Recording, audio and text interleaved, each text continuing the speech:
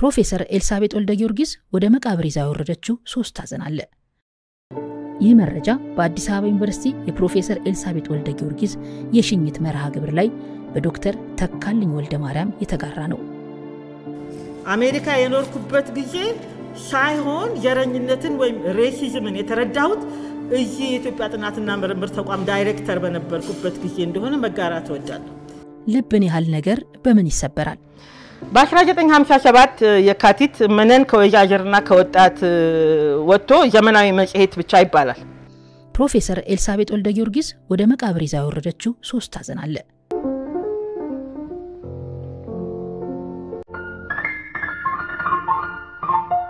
አንዱ ልቧን የሰበረው ጉዳይ የወዳጆቿ በሞት መለየት ነው።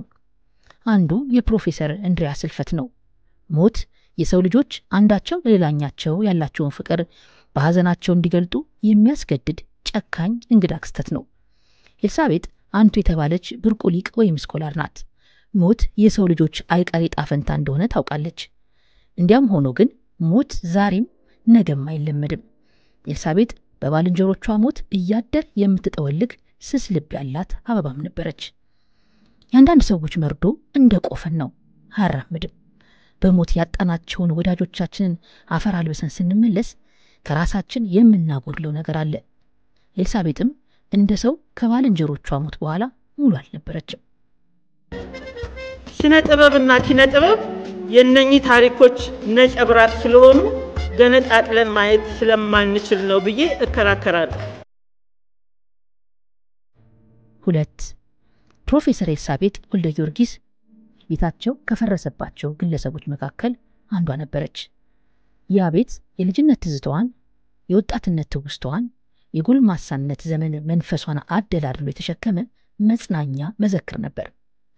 ያ ለእርሷ ትልቅ የልብ ላይ ስብራትና ህመም ነበር።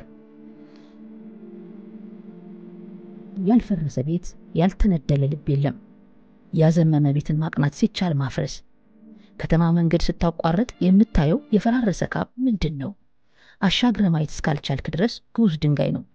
ጸጋዬ ገብረመድህን የውበት አይኑን የታወረ ያልታደለ ያለው እንዲህ ያለውን ልበ እውር ነው። ነገር ግን በርቶልህ የእንጨት፣ የጭቃ፣ የኖራ፣ የሲሚንቶ፣ የፌሮ ክምሩን አልፈ ያየቀን አብሮ የተናደ የሰው ልጅ ልብ ታያለ። የእናት ቤትህን፣ ያደክበትን፣ የባልንጀሮችን ስብስብ፣ የተጫወትክበትን ትዝታ የሰራህበትን ቤት የሚስተካከል ዓለም የለም።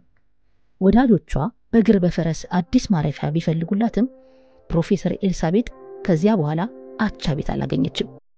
በእድሜ ዘመኗ ያፈራችው ቅርስ ቤተ መዘክር ያስከነዳል። ያፈራችው ቅርስ አንዲት ባልንጀሯ ቤት እንዳስጠለለች ወደማይቀረው ዓለም ተሻገረች። የሁለተኛው ቻፕተር የ1960ዎቹ ምሁራን ላይ ያተኮረና 1960ዎቹ ምሁራን ምንድን ነበር ከቀኝ ግዛት ጋር የነበራቸው ግንኙነት።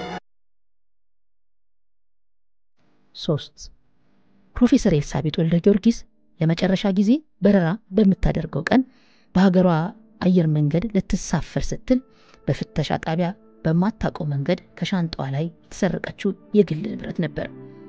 ያ ንብረት የእናቷን የወዳጅ ዘመድ ስጦታ ነበርና ሐዘኗን ቀላል አልነበረም። ስለ ብርነት ስለ ወርቅነት ሳይሆን ስላዘሉት ትዝታ ትከነከናለች። ይህች ሴት ዕውቀቷንና ጊዜዋን ለሀገሯ የገበረች ሊቅ ናት።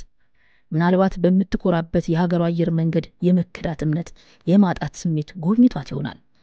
ከሀገሯ የመውጣትና በስራ መወጠሯ እነዚህ ነገሮች በትንሹ በማስረሳት ረገድ እንደሚያግዟት ትናገር ነበር። በመጨረሻም ከነዚህ ህመሞቿ ስትሽር በድንገት ተረታ አልፋለች። ይህንን ማወቅ ያማል ያሳዝናልም። ነፍስ ይሄር በሱ ባለው አበራ ንጉሴ